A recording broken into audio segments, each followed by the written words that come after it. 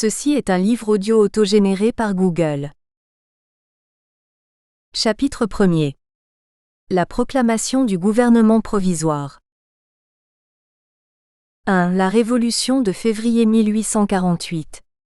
L'effondrement du gouvernement de Guizot suivi du départ précipité du roi Louis XVIII sous la pression populaire, inaugure la Révolution de février 1848. Un gouvernement provisoire de 11 membres s'installe le soir du 24 février à l'Hôtel de Ville de Paris. Il résulte du croisement de deux listes de personnalités. L'une associée au journal Le National, l'autre au journal La Réforme. L'équipe dirigeante regroupe autour de Jacques-Charles Dupont, dit Dupont de l'Eure, le doyen d'âge, président provisoire du Conseil, Alphonse de Lamartine, ministre des Affaires étrangères, Dominique-François Arago, ministre de la Marine et des Colonies, Alexandre-Auguste Ledru dit Ledru-Rollin, ministre de l'Intérieur, Isaac Moïse dit Adolphe Crémieux, ministre de la Justice, Pierre-Thomas-Marie de Saint-Georges, dit Marie, ministre des Travaux publics, Louis-Antoine Garnier-Pagès, ministre des Finances à partir du 5 mars et les 4 secrétaires, Armand Marrast, Louis Blanc, Ferdinand Flocon et Alexandre Martin dit Albert, ouvrier mécanicien. Jacques-Charles Dupont de l'Eure, est né à Le Neubourg en 1767, mort à Paris en 1855. Le département de l'Eure est créé le 4 mars 1790. Dupont se fait alors appeler Dupont de l'Eure pour se distinguer d'un homme politique aussi appelé Dupont, de Nemours. Il entame une brillante carrière politique. Membre du Conseil des 500 sous le Directoire, président du tribunal criminel de l'Eure sous l'Empire, député en 1816, vice-président de la Chambre, conseiller puis président de la Cour impériale de Rouen. Il fait partie de toutes les assemblées, sous tous les régimes. Il est garde des Sceaux, ministre de la Justice en août 1830. Il atteint en 1848 le sommet de l'État, quand il est désigné comme président du gouvernement provisoire de la Deuxième République. En outre, en dehors de ses 11 membres, des ministres participent au Conseil. Michel Gouchot, chargé des Finances jusqu'au 5 mars, Hippolyte Carnot à l'Instruction publique, Eugène Bettemont au Commerce et le général Jacques Gervais baron de Subervie à la guerre, occupent le poste jusqu'au 21 mars. Ce dernier ministère est alors offert au général Louis-Eugène Cavaignac, qui ne l'accepte pas. Arago se charge alors de la guerre jusqu'au 10 mai 1848. 2. L'émancipation générale et immédiate des esclaves. Arago prend possession de son ministère le matin du 25 février à 11 h. Il reçoit une délégation de colons comprenant Aymar de Jabrin, Eugène Rézet de la Guadeloupe et SULLYBRUNET de la Réunion. Vers 12h30, il rejoint ses collègues du gouvernement provisoire à l'Hôtel de Ville. L'après-midi du 25 vers 16 h, une réunion des membres du gouvernement provisoire a lieu à l'Hôtel de Ville, dont Lamartine a laissé le récit.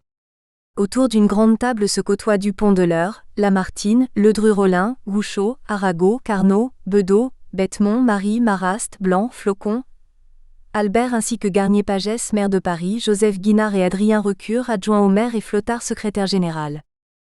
Ledru-Rollin est le premier, dit Lamartine, à soulever la question de l'esclavage dans les colonies françaises et à suggérer son abolition instantanée. Arago, Lamartine et Louis Blanc s'empressent d'appuyer cette revendication. Marrast, le représentant des intérêts des colons, se tait, par prudence, il n'est encore jusqu'au 29 février que le premier des secrétaires, qui rédige le texte d'une proclamation d'émancipation des esclaves, suivi d'un décret, qui sont immédiatement imprimés sur la presse portative de l'Hôtel de Ville de Paris, puis distribués à la foule et envoyés en province? Est-ce un des 4 secrétaires de la séance permanente, Louis Blanc, Albert, Flocon ou Marrast, Ledru-Rollin et ou Lamartine? La proclamation du décret du 25 février 1848 se formule de la manière suivante. Le gouvernement provisoire convaincu, considérant, déclare que dans sa pensée, l'émancipation des esclaves est proclamée dans les colonies françaises et qu'il présentera ce vœu à la ratification définitive de l'Assemblée nationale. Ce décret n'a pas été publié au Moniteur. Il n'apparaît pas non plus dans les textes retenus par les murailles révolutionnaires. Lamartine nous livre une explication. Le terme émancipation semble une menace, une espérance, une perturbation. Ce seul mot fait trembler le sol des colonies? Finalement, la proclamation décret du 25 février a laissé son empreinte dans l'histoire quand on examine attentivement les comportements, les témoignages et les écrits qu'elle a déterminés. C'est d'abord l'inquiétude des délégués des colons guadeloupéens, reçus le 25 février. Le 26 février, les colons martiniquais se réunissent à Paris, salle du Faux, et dépêchent auprès d'Arago un comité des colons de la Martinique, composé de Pécoul, Périnon, chef de bataillon d'artillerie de la marine, FROIDEFONDS Desfarges, président, et de Bans. Le ministre de la Marine rédige le 25 une dépêche datée du 26 février, destinée au gouverneur des colonies. Arago leur envoie le moniteur du 25 février, et leur annonce: il faut que les populations des colonies attendent avec calme et confiance la solution que le gouvernement définitif ne peut manquer de donner promptement à la question de l'abolition de l'esclavage, solution trop longtemps retardée dans l'intérêt de l'humanité, et qui sera conciliée avec les droits acquis. Arago écrit le 28 février une lettre au capitaine de vaisseau LAYRLE, le gouverneur de la Guadeloupe. Il lui transmet l'approbation du gouvernement provisoire concernant l'initiative du Conseil colonial qui a proposé l'émancipation immédiate et simultanée des esclaves. Il lui recommande en outre de veiller à rendre la fusion complète entre les deux classes, blanches et de couleur, en la cimentant par une immixtion sikh, aussi large que possible d'officiers de couleur dans les rangs de toutes les compagnies de milices. La lettre de Raymond Lepelletier Saint-Rémy à Ménard, rédacteur du Courrier de la Martinique, évoque l'abolition du travail forcé et l'émancipation. Cette lettre part par le paquet anglais le 1er mars 1848 et paraît dans le Courrier de la Martinique du 27 mars. La lettre de Périnon est publiée dans la Réforme du 27 février sous le titre « À nos frères des colonies ». Elle a donc été rédigée le 25 ou le 26 février. Cette lettre part également sur le steamer anglais et paraît dans plusieurs journaux des colonies de Martinique et de Guadeloupe. Elle évoque la cause de l'émancipation: bientôt il n'y aura plus aux colonies ni maîtres ni esclaves. Ajoutons ces données complémentaires tirées de la presse coloniale. Le Courrier de la Martinique du lundi 27 mars, dans son éditorial de Saint-Pierre, après avoir annoncé la proclamation de la République française, signale: la question coloniale, unanimement portée sur le terrain où s'est si noblement placée notre sœur Guadeloupe, recevra bientôt une solution définitive et pacifique. Au nom de l'égalité sociale et de la fraternité dont l'heure a sonné, serrons nos rangs. Que chacun se tienne tranquille dans son travail habituel et aide de toutes ses forces, de tout son pouvoir, le bon ordre que le gouvernement local doit et peut maintenir. Que les maîtres attendent. Que les esclaves espèrent. La République a promis la liberté et l'indemnité, sa parole à elle sera une vérité. Que personne ne se déshonore donc et ne déshonore sa cause par des manifestations absurdes et sans motif. C'est à ce prix seulement que nous nous montrerons dignes de la France et de son nouveau gouvernement, dignes de la loi qui nous protège et qui nous atteint tous. Les délégués de la Guadeloupe écrivent de Paris le 28 février 1848 une lettre au général Ambert, président du Conseil colonial, dans laquelle il est également question de l'abolition de l'esclavage, le 25 février. Charles Dupin, délégué de la Martinique, rencontre Arago et Périnon le 28 février et partage avec eux l'idée d'une émancipation avec indemnité. L'avocat Adolphe Gatincourt, le 28 février chez son éditeur parisien PH. Cordier pour lui demander de porter immédiatement à son imprimeur un post-scriptum à sa brochure qui est sous presse et qui s'intitule Du progrès aux colonies. Pour lui, avec la République doit être proclamée l'abolition immédiate. Arago signe plusieurs courriers adressés à des personnalités des colonies, comme par exemple le général Ambert et Delorme, président des conseils coloniaux de Guadeloupe et de Martinique. Par ailleurs, Charles Dupin envoie à Delorme un dossier de lettres et de journaux pour l'informer des événements parisiens de février. Par le même paquet du 1er mars partent des lettres de Bicêtre, dont l'une datée du 28 février est publiée en partie dans le journal commercial de la Pointe-à-Pitre, Guadeloupe, mercredi 12 avril 1848. Les négociants et armateurs des chambres de commerce interviennent également auprès du ministre de la Marine, ayant été informés du projet d'émancipation.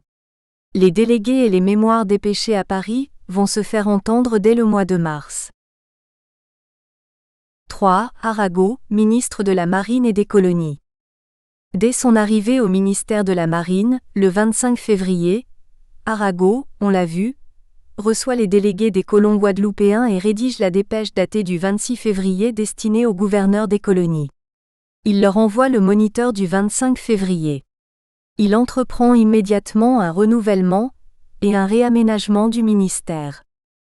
Un changement d'homme s'impose dans les bureaux du ministère. Arago, le 26 février nomme le vice-amiral Baudin au commandement des forces navales de la Méditerranée le 27 février, et Alfred Hennequin, chef de son cabinet. Le moniteur du 28 février annonce la nomination de Henri-Joseph Mestro à la direction des colonies en remplacement de Gallos qui a démissionné le 26 février. Mestro a été le secrétaire de la commission créée le 26 mai 1840, sous la présidence du duc de Broglie chargé d'examiner les questions relatives à l'esclavage dans les colonies françaises. Jubelin, sous-secrétaire à la marine, démissionne le 26 février. ABFLOURIAU, directeur du personnel et des opérations maritimes, part à la retraite. Le ministère de la Marine demande aux arsenaux de n'entreprendre aucune construction nouvelle, mais d'achever rapidement tous les vaisseaux sur chantier. Le vaisseau de 90 canons 24 février est alors en construction à Toulon. Arago seul mobilise son équipe du ministère de la Marine et des Colonies pour faire face à la nouvelle donne sanctionnée par la décision gouvernementale du 25 février. Une politique d'émancipation générale s'accompagne de mesures prises au niveau de l'administration coloniale. Dans un premier temps, le ministre de la Marine décide de laisser à leur poste les gouverneurs respectifs. LAYRLE en Guadeloupe, le contre-amiral Mathieu à la Martinique, Parisé en Guyane et le capitaine de vaisseau GRAEB à la Réunion. Le cas de la Martinique nécessite un examen plus approfondi. Arago autorise le général ROSTOLAND, commandant des armées, en congé à Paris, à retourner à son poste par la voie du Paquette, accompagné de Faron, capitaine d'infanterie de marine, son chef d'état-major. Il avise Mathieu le 28 février du choix qu'il a fait de Husson, notaire à Fort-Royal, comme directeur provisoire de l'intérieur qui retourne également par le steamer anglais. Arago annonce le 28 février à Mathieu sa décision de réorganiser les milices de l'île, qui avaient été supprimées en 1834, mais il lui demande d'attendre ses ordres avant de mettre cette mesure à exécution. Or le lendemain, le 29 février, le dernier jour du mois, le ministre de la Marine, par la dépêche numéro 7, notifie au contre-amiral Mathieu son rappel. Le gouvernement provisoire a décidé que vous reviendriez en France sans attendre la nomination de votre successeur. Vous voudrez donc bien profiter de la première occasion qui se présentera après la réception de la présente dépêche, pour effectuer votre retour, après avoir remis le gouvernement à Monsieur le général ROSTOLAND qui retourne dans la colonie.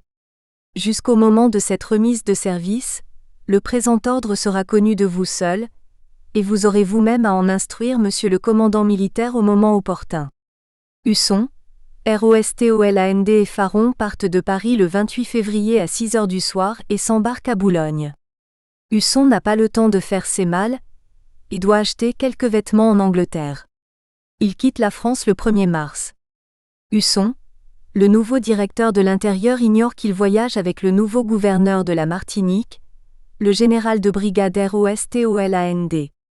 Le paquet anglais appareille avec le courrier officiel, la correspondance privée, des journaux, des informations diverses pour les deux colonies de Guadeloupe et de Martinique. Il emporte des lettres de Bicêtre à ses parents, à ses amis, à ses correspondants divers. Charles-Auguste Cyril Bicêtre, 1795 à 1858, homme de couleur, a été condamné en 1824 aux travaux forcés à vie, puis sa peine réduite à 10 ans de bannissement. Louis-Fabien Fils et Jean-Baptiste Volny sont acquittés. Il a épousé en 1816 Augustine Séverine, mulâtresse, libre du Fort-Royal. Ils ont 4 enfants. Mandataire des hommes de couleur de la Martinique, il a fondé la Revue des colonies 1834 à 1843 et la Revue abolitionniste 1847. Frère de la loge maçonnique parisienne des Trinosophes, il est devenu l'adversaire de Victor Schœlcher. Leur opposition s'explique aisément. Schœlcher, conseillé par son ami Le Gouvet, n'a pas l'intention de laisser grandir un rival qui pourrait lui porter ombrage. Le Martiniquais Bicêtre, abolitionniste convaincu depuis 1834, est pour le néophyte Victor Schœlcher un dangereux rival qu'il faut éliminer par tous les moyens. 4. Les décisions du 4 mars 1848. Victor Schœlcher n'est pas en France. Il effectue au Sénégal un voyage d'études sur les captifs de la traite négrière, août 1847 au janvier 1848. Il revient à Paris le vendredi 3 mars 1848. Il rencontre le jour même son ami Arago et réussit à le convaincre d'accélérer le processus d'abolition. Au lieu d'attendre comme il était prévu, la réunion d'une assemblée constituante, Arago décide de présenter à ses collègues un décret d'émancipation immédiate. Le décret du 4 mars réaffirme clairement la proclamation du 25 février et annonce l'institution d'une commission présidée par Victor Schœlcher nommé sous-secrétaire d'État, pour préparer dans le plus bref délai l'acte d'émancipation immédiate dans toutes les colonies de la République. Arago, chargé d'exécuter le décret, signe seul ce texte paru au Moniteur du 5 mars et arrête la composition de la commission. Périnon, MESTRO, Gatine, Charles Gaumont, ouvrier horloger, très cultivé, Henri Wallon et Louis Persin. Et Meste Le Gouvet congratule Victor Schœlcher en ajoutant « Eh bien mon cher ami, vous voilà immortel ». Décret du 4 mars 1848. Au nom du peuple français, le ministre provisoire de la Marine et des Colonies arrête la commission instituée par arrêté du gouvernement provisoire pour préparer l'acte d'émancipation des esclaves dans les colonies de la République sera composée des citoyens. Victor Schœlcher, président. MESTRO, directeur des colonies. Périnon, chef de bataillon d'artillerie de marine. Gatine, avocat au conseil. Gaumont, ouvrier horloger. Secrétaire de la commission, les citoyens Henri Wallon et L. Persin. Paris, le 4 mars 1848. Le ministre provisoire de la Marine et des Colonies. Signé F. Arago. 5. Le travail de la commission d'abolition. 8-7. Malgré de pressantes... Nous espérons que vous avez apprécié cet aperçu. Pour continuer à écouter ce livre audio sur Google Play Livres, utilisez le lien dans la description de la vidéo.